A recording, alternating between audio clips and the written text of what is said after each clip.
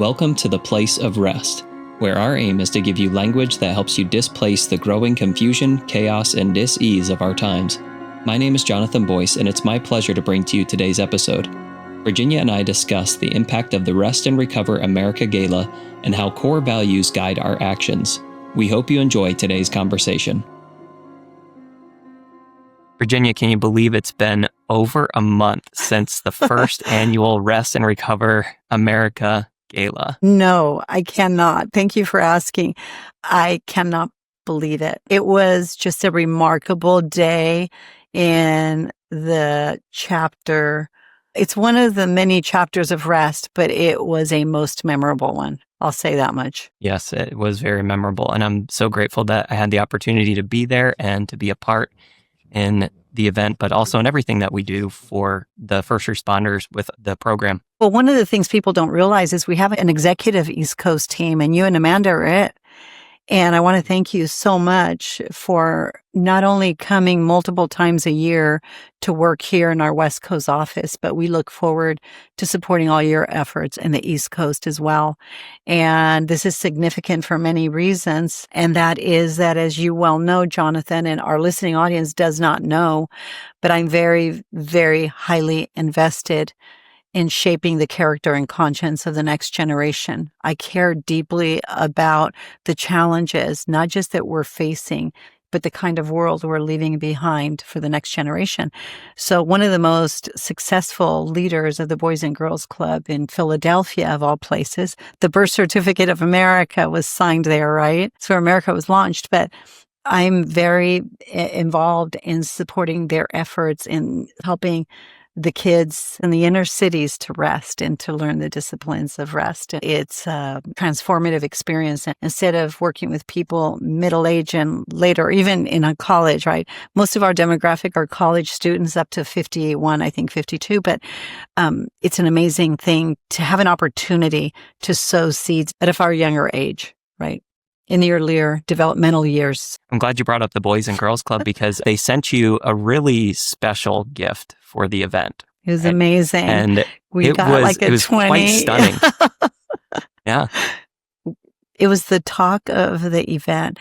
They sent us like a 20 by 40 foot American flag. And it was just magnificent. And I remember the day before the event, I got a call from the donor and from the Boys and Girls Club, the CEO of the Boys and Girls Club. And she said, how's everything going? Is everything okay? She said, the East Coast is locking arms with California. And I said, it just occurred to me this morning that Philadelphia is the birthplace of the United States.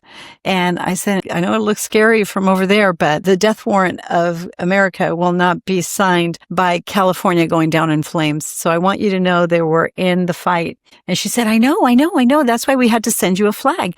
So this is going to become a tradition for us to lock arms in terms of the mission and the vision of our campaigns that we run every year. So it's near and dear to my heart, but that flag is magnificent. We're going to have to post a picture of it, Jonathan. Yeah. And everyone was taking pictures in front of the flag. Yep. Oh, yeah. Yep. So in that same vein, though, what was the first thing that struck you about the atmosphere of the gala? Wow. I think the thing that struck me was we're all mobilized by our deepest convictions if we have the courage to pursue our dreams.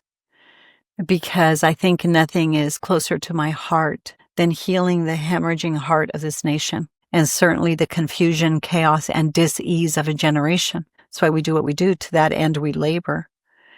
And it's inconsequential to me if I'm dealing with spiritual issues, soul issues, mind, heart, will, conscience issues, or physical issues like cancer and autoimmune diseases, or a broken marriage, or companies that are fragmented and at the verge of collapse, or state issues, legislative issues. To me, it's all the same. Where there's confusion, chaos, there's going to be dis-ease. And the anatomy of that conflict always comes by accessing laws of nature that are universal, things that are obvious, and that speak to our natural affection.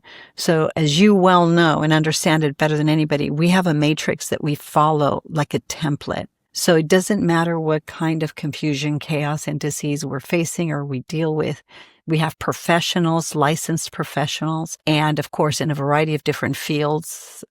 But the hub of the solution process, the matrix, if you will, of conflict resolution is our 12-month 9-module program. And we apply it to everything. And we did a podcast with your sweet little boy and the seizures from parasites he had in his brain. It doesn't matter if I'm dealing with that or if we're dealing with cancer in an organization, in a relationship, or PTSD, it's all the same. You've got to find out where the breach in communication is. So it was an incredible thing to see my life's work come together in the most magnificent and beautiful celebration. And I didn't view it as that. But it was really like, honestly, I felt like it was a blessing from God, and it was, well done, my good and faithful servant. I thought the beginning was really the end. It was already a success. But the Philharmonic Orchestra playing in the background, the reception, the food, the hors d'oeuvres, the welcoming landscape, nature, everything that it encompasses, no electric magnetic fields, kind of off the grid. It was really a remarkable thing to witness, people stepping into this space. But I think what took my breath away was to watch people have so much fun and engage and converse. And it was beautiful. It surprised me. I felt at rest. I felt complete. I was just in a place of complete rest and peace. And I realized I live rest. Everything we do is touched by rest and bears the fruit of it, even in the challenges that a day's work can bring. But it was remarkable. And by the way, it wasn't just me. I got hundreds of texts, hundreds, and we only had 200 people there. So imagine how much communication went back and forth and emails. And it was just remarkable. I thought it was just me, but it wasn't. Yeah, there were several key moments that were especially moving. One of them being the Pledge of Allegiance that we did at the very beginning before everything got started.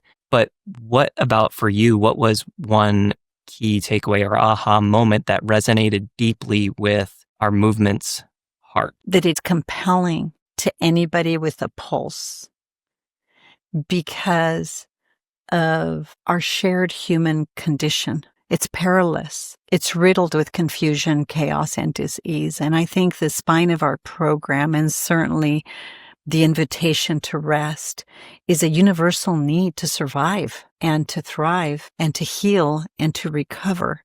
And it always encompasses a view of history, the history of a thing, questions about the government of that thing. Why? So you can get traction about that thing.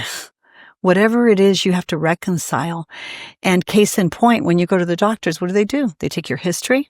They ask you questions to know how you've governed your life or what has governed your life. Why? Because the doctor's trying to educate himself and you so he can give you resources. In the allopathic world, generally it's antibiotics, medicines, and all these conventional things. In the integrative functional world, it's more complicated. You take into account the whole constitution of a person. So that's what we do. We expand that conversation. But I think what took my breath away was how unified we can be as human beings if we just acknowledge our need for rest, and that there's confusing and chaotic things in our world that we desperately need to engage each other in conversation about and to reconcile together. And that requires love.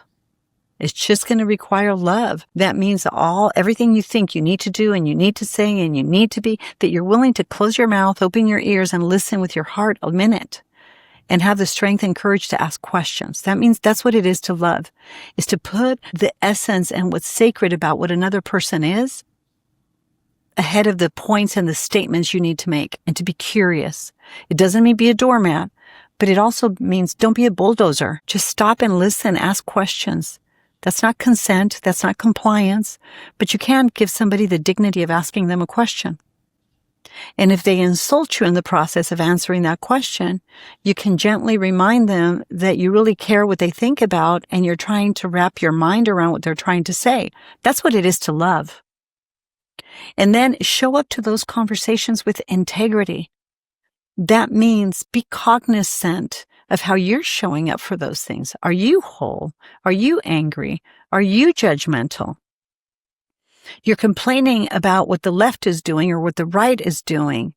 But what about what you're doing in the innermost chambers of your conscience and your heart? It's easy to pick up mud and throw it at somebody else. But remember, when you pick up the mud, you get dirty too.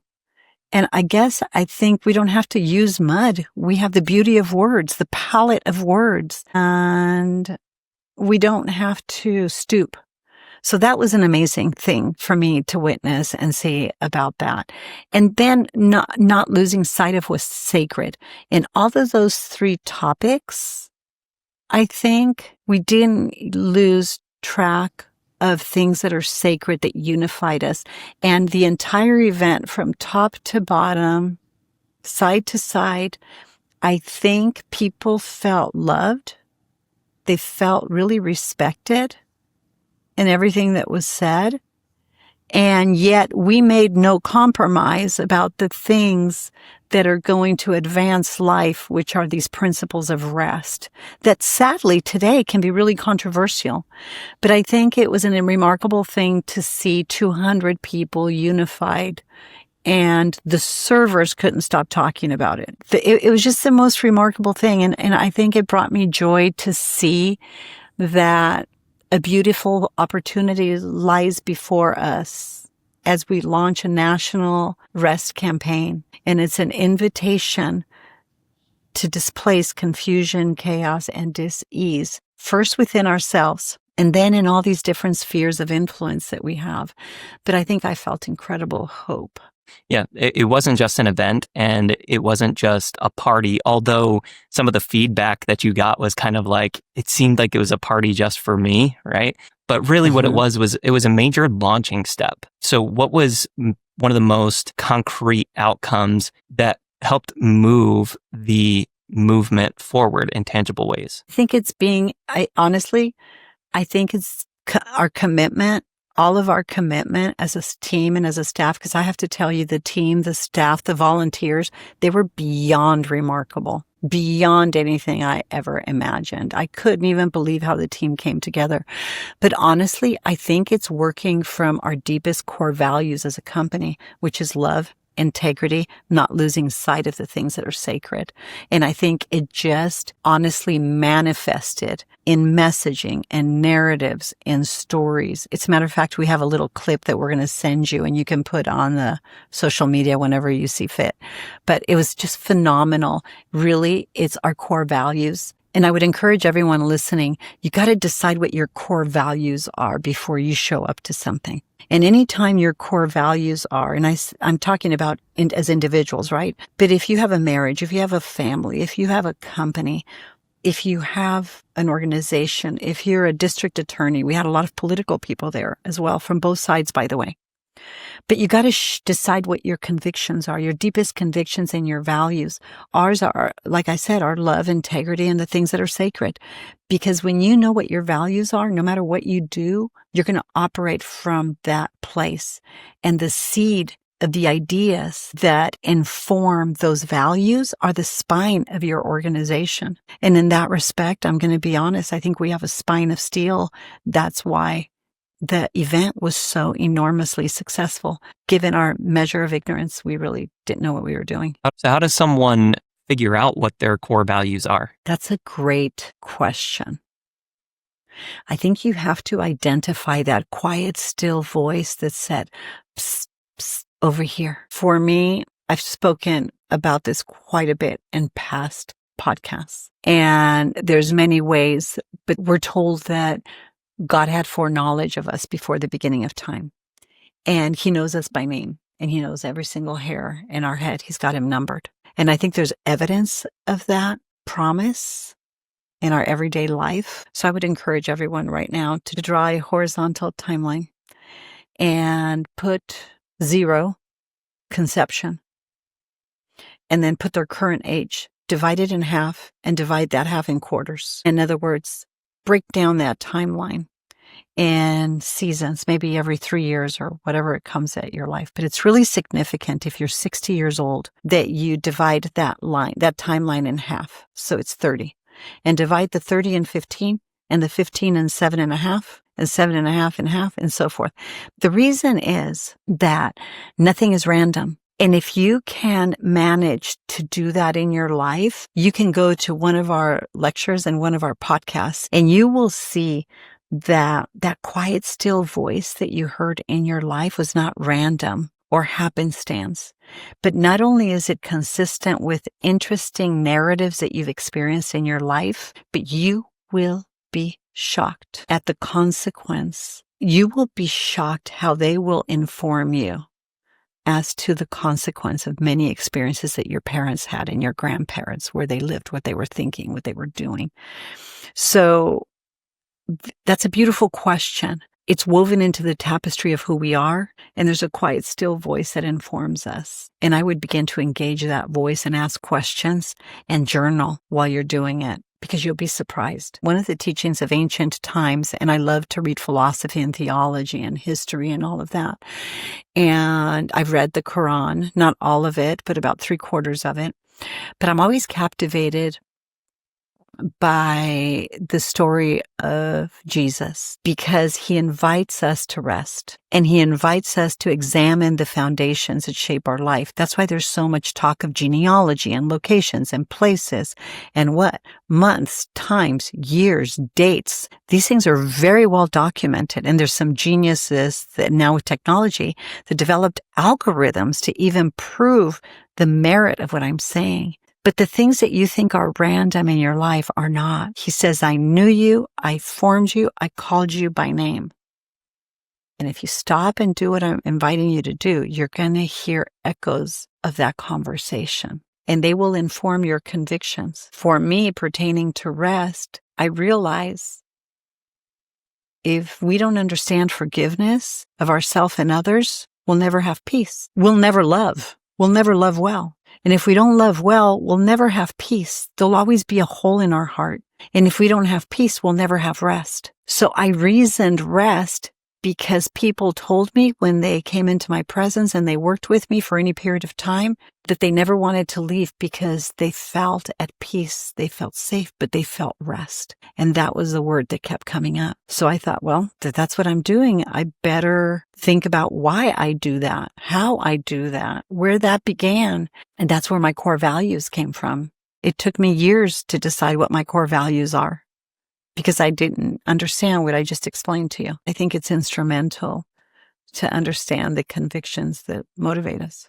I love that we started out talking about the gala, and all of a sudden now we're providing our listening audience with something tangible that they can walk away with, that timeline. And we can put that, a link to that in the show notes for you to take that and use that. Very powerful tool. And one of the many tools that we use in our 40 Days of Rest program. It is. And Jonathan, when I looked at that audience, you know what I thought? Not one time that evening did I wonder how much money we were going to make. That wasn't what this first annual gala was about. It was not about how much money. It was about inviting people in our spheres of influence and inviting them to collaborate with us. Time, talent, treasure. But we need you. Please rally with us, because the growing confusion, chaos, and dis-ease of the age will claim the character and conscience of an entire generation. And it can be instrumental in the demise of our state. Look what's happening in California. And have tremendous consequence on our nation if we don't all show up, regardless of our religious convictions, regardless of our political orientations, regardless of our dogmas, regardless of all the things that we think divide us. If we can't show up and begin to engage each other in meaningful conversations about displacing the confusion, chaos, and dis-ease and the medical system, in the political system, in our inner cities, in the education system. It doesn't matter. Talk to me about an institution, talk to me about a community, talk to me about a marriage, talk to me about anything you see that there's contrary information, competing ideas that are vying for our attention. If we can't engage and become curious with each other about those things, we'll never rest. So what would you say to someone who they are experiencing chaos and they know and understand these principles of rest, that what they are experiencing, how things have been governed externally, is a reflection of how they have governed internally, but they can't seem to quite make that connection of what it could be that they're not governing well internally? What they're missing, yeah. Our R.E.S.T matrix, the gift is the spheres of influence and structures of authority, which is our family, regardless of what form they take. That really is a gift in that life emerged from there. It was your life. So find 3 things that you're thankful for about your family of origin. Then say, yeah, there was a gift. I never thought there was anything to be thankful for, but my dad did work long hours. Yes, my mom was depressed and couldn't get out of bed, but it was really beautiful how when I went to check in on her, she hugged me every time. That was beautiful. Find 3 things. And I learned how to cook at a young age because I didn't have a mom. Find 3 things that are meaningful to you about your family of origin. That's number 1. Number 2 is, wow, how have those things been neglected? Or how have you given really dark things, other dark things? All families have their own issues. Which do you weigh in the scales? The 3 awful things or the 3 good things that you're discovering about your family? And ask which one has informed your life the most. Usually when we're at a crossroad, when we've violated our own conscience, we draw from all the bad to excuse our own depravity, to be honest with you. And I find that all the time. So I encourage people, find 3 good things. See how these 3 beautiful things can help you level up, help expand your prism of reality, of people, of human nature, of your condition. And then express gratitude. Share that journey, share that realization with somebody that you resent the most. And ask them, would you forgive me? I spent so much time thinking about X, Y, and Z negative things and growing angry and bitter in my heart that I missed these beautiful things about you, Mom. Every time I approached you, you hugged me. Because you didn't get out of bed, Mom, did you know that I developed a love for cooking? And that I learned how to become neat. I don't know what the things are. Obviously, I'm making them up, right? My mom left us when I was very, very young. And I remember every single day, I didn't think of how horrible my life was. I thought of how amazing my dad was and what I could do to help him and make life better. And then I realized, shoot, I'm only 7 years old, but I'm kind of like the mom in the house because my little sister's only 3. And then I became hypervigilant and responsible over other things. Now listen, it doesn't mean that there isn't a flip side to all of that too.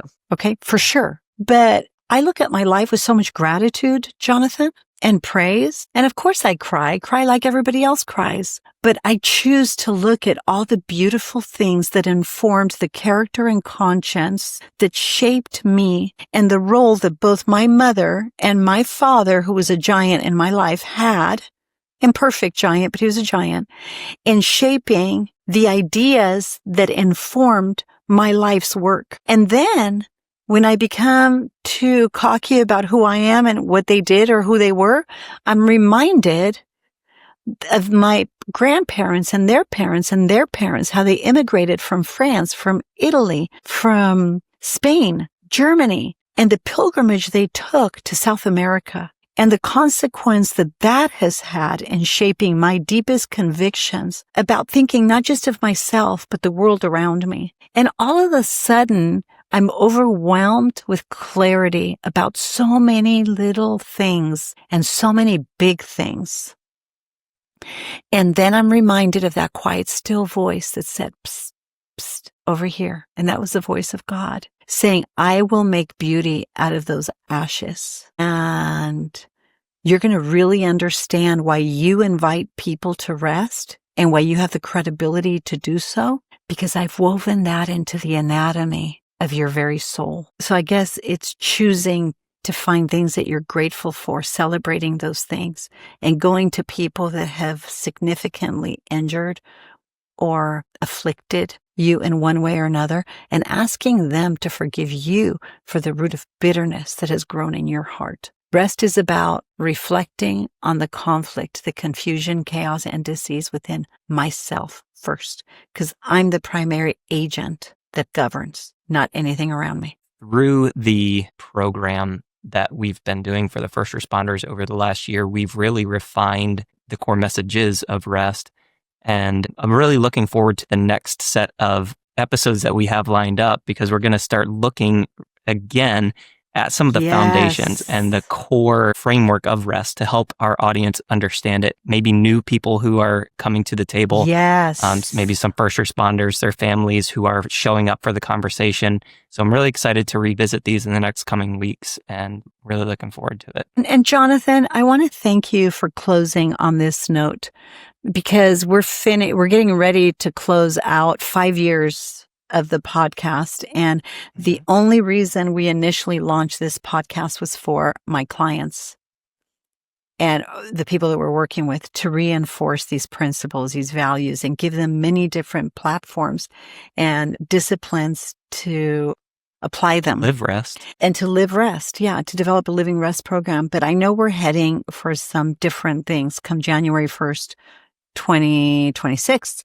And I'm very excited about that, because as we close out this chapter of our podcast, this season of rest, and we launch into a complete different era, I can't wait to explain that, because I have clarity that I haven't had, that it took 40 years to communicate with any measure of conviction and tell our listening audience, you can take this to the bank. It's $1 million check. Cash it, because you can trust it. And the consequence of what you will be able to do with this commodity will be transformative in ways you never imagined. So I'm excited for the next section of this conversation. A heartfelt thank you to everyone who came to the gala. By the way, I had multiple people to say, when can I register for next year? I'm never missing one of these. And she was one of my toughest critics for the last few years. So it was really an amazing thing. She kept calling me to tell me what not to do and to be careful about this and be careful about that. And whatever you do, don't do this and don't do that. And so I got to be honest with you. I thought, wow, that's so big. God, can you just take all that list and make sure I don't do any of those things? It's too big for me. But she was the first person that came with tears in her eyes saying, I don't have words. I don't have words. I don't have words. So I'm praying that this next season of our podcast leaves people. I'm not interested in the masses. I'm interested in the few. But it leaves those who follow us with deep clarity about what we do, why we do, how we do it, and what's forthcoming is pretty remarkable. Thank you. Thank you. We hope listening to this episode has brought you closer to experiencing the freedom of wholeness and healing.